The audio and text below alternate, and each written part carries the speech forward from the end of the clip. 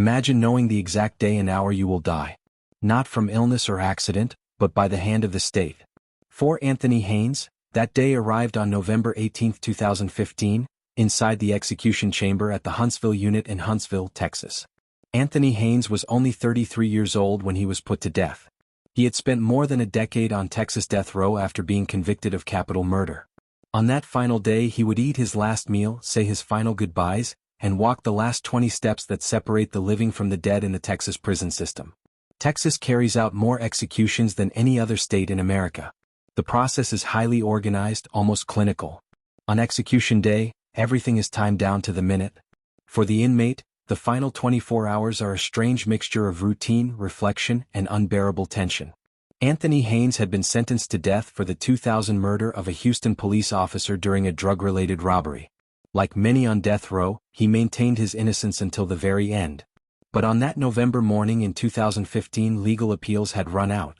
There would be no more stays. No more last-minute phone calls from lawyers. The state of Texas had set the date and it would not be moved. Life on Texas death row at the Polunsky Unit in Livingston is already a form of slow death. Inmates spend 23 hours a day in solitary confinement. They are allowed 1 hour of recreation in a small enclosed yard 5 days a week. Human contact is minimal. Many men go years without ever touching another person except during strip searches. The psychological weight of knowing you are waiting to be executed is something few can truly understand. On execution day the routine changes. The inmate is moved from Polunsky to the Huntsville Unit, the site of all Texas executions since 1924. The drive itself is short but heavy with meaning. Once inside Huntsville, the condemned man is placed in a holding cell just a few feet from the execution chamber. He is allowed to meet with family members and spiritual advisors for several hours. For some, these final visits are filled with tears and words left unsaid for years. For others there is a strange calm. Anthony Haynes chose to spend part of his final day with his family. He also requested a last meal. In Texas, death row inmates are allowed to request a final meal, though there are restrictions. Some ask for elaborate spreads. Others, like Haynes, keep it simple. The last meal is one of the few personal choices left to a person who has had almost all autonomy taken away. As the afternoon turned into evening, the final preparations began. The execution team ran through their procedures one last time. The chemicals were prepared. Witnesses were gathered, including members of the victim's family, media representatives, and prison officials. At 6 p.m., Anthony Haynes was led from his holding cell. He walked those final 20 steps into the execution chamber. He was strapped to the gurney. The needles were inserted.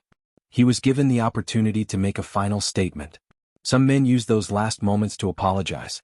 Others proclaim their innocence. Some say nothing at all.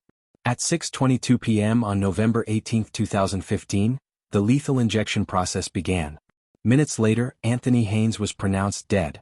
His execution was one of 13 carried out in Texas that year. Since the death penalty was reinstated in 1976, Texas has executed more people than any other state, over 580 men and women as of 2026.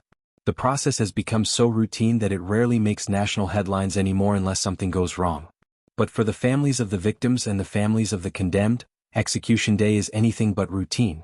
It is the end of a long, painful chapter. For some, it brings a sense of justice or closure. For others, it brings only more pain and the realization that no amount of punishment can bring back what was lost. Anthony Haynes' case, like many capital cases, was complicated. Questions about his mental health, the quality of his legal representation, and the circumstances of his crime were raised by his lawyers and supporters. In the end, none of those arguments were enough to stop the execution. Texas continues to carry out executions more frequently than any other state. The system moves forward with mechanical efficiency. Inmates on death row wait, sometimes for decades, for their turn. Some find religion. Some find despair. Some find a strange kind of peace. But all of them live with the knowledge that the state has marked a date on the calendar for their death. The execution chamber in Huntsville is a small, clinical room. There are no dramatic last words shouted to the world. There is no audience like in old movies. There is only the quiet hiss of chemicals, the slow closing of eyes, and the eventual flat line on the monitor.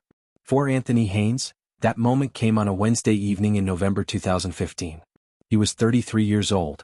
His story is one of many.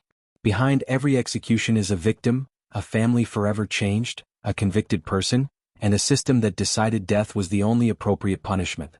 Whether that system delivers justice, revenge, or simply more pain depends on who you ask. What cannot be denied is the cold, mechanical reality of execution day in Texas. The final meal, the final visit, the final walk, the final breath, and then, nothing. This is the reality of death row in the state that executes more people than any other in America.